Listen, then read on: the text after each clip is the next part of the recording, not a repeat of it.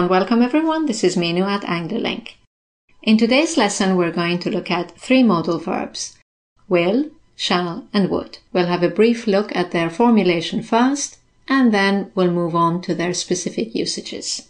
By the end of the video you will have a clear idea on how and when to use will, shall and would. Today's prize draw is a free copy of our Anglophile 107 modal verbs. To enter the prize draw, just make a comment in the section below.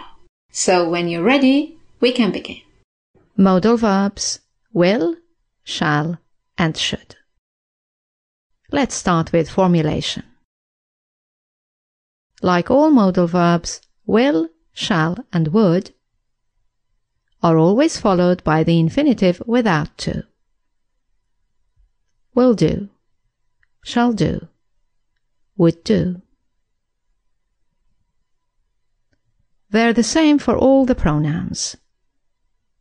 I will, she will, etc.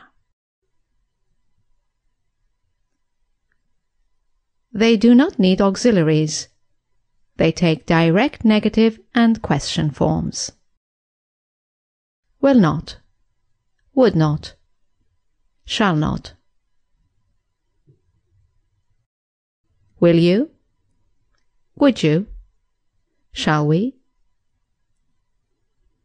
And finally, they never combine with another modal verb. Not I will can, but I will be able to. You can't say I would must. You'd have to change must to I would have to. Right then, let's look at their usages. Starting with will. As you know, the first usage of will is the formulation of the future simple tense with all pronouns. John will probably call you. If we have some time, we'll come and see you. Sue wants to speak to you. Okay, I'll give her a call. The second usage of will is making a request with the pronoun you in the question form. It's an informal alternative to could. So instead of saying, could you turn the TV down please, you could say, will you turn the TV down please? Or, will you give me a hand please? Right, let's have a look at shall. The first usage of shall is formulation of the future simple tense with the pronouns I and we.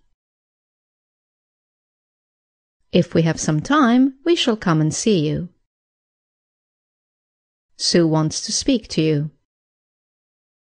Okay, I shall give her a call. Note that if you use shall instead of will with the pronouns I and we, you sound rather formal. In modern day usage, will is more common than shall. Let's look at the second usage of shall, which is offering to do something with the pronoun I in the question form. For example, you look cold. Shall I put the heater on? What shall I bring you, tea or coffee? Looking at the third usage of shall, it is making a suggestion or asking for a suggestion with the pronoun we in the question form. For example, it looks nice outside. Shall we go for a walk? Where shall we go for our next holiday?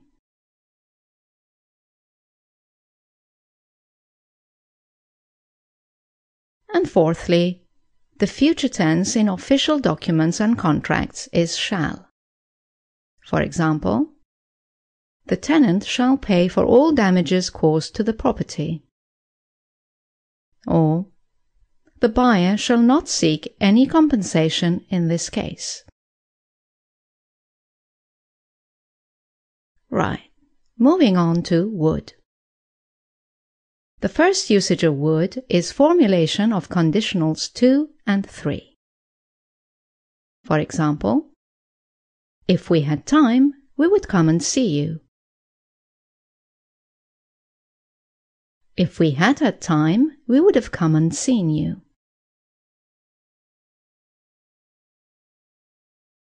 The second usage of would is a habit in the past.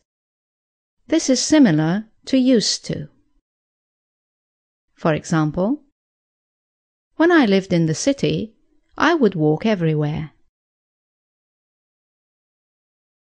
When she was at school, she would play the guitar every day.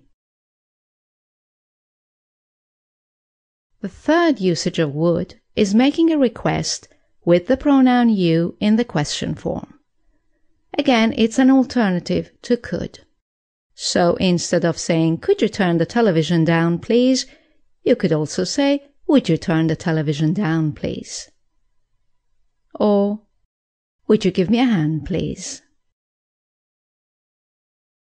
And finally, in polite expressions, we use would. What would you like? What would you prefer? What would you recommend? Instead of what do you like, or what do you prefer, or what do you recommend? I would like a glass of wine, please. Would you be prepared to do this?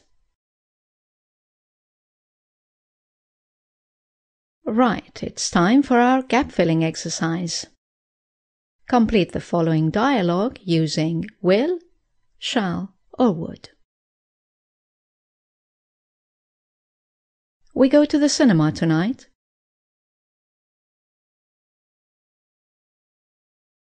Shall we go to the cinema tonight? Why not? You pass me the newspaper, please.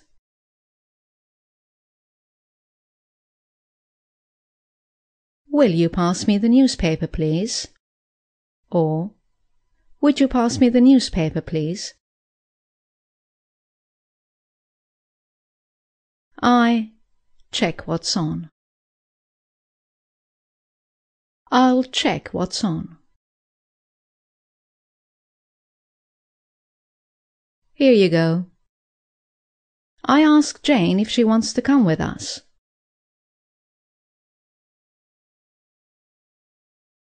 Shall I ask Jane if she wants to come with us?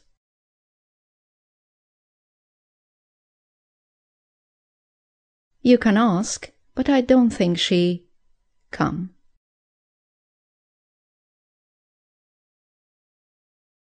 I don't think she will come. She didn't come last week. If she hadn't already seen the film, she have come with us.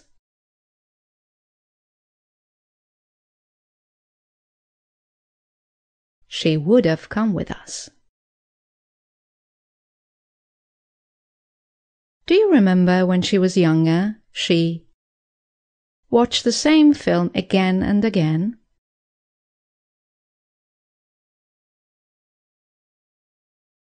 She would watch the same film again and again.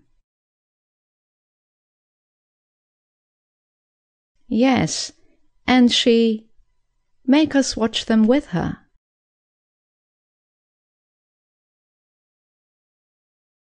She would make us watch them with her. Have you found something worth watching? Not really. We forget it then. Shall we forget it then? Yes. You like to go to the Mexican restaurant instead? Would you like to go to the Mexican restaurant instead? Yes, that's a good idea. You call and book a table while I get ready.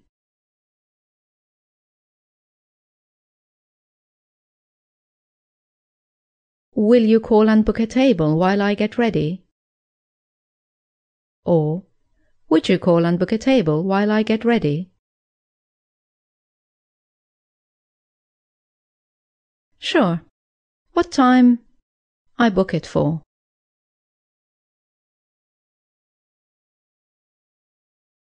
What time shall I book it for?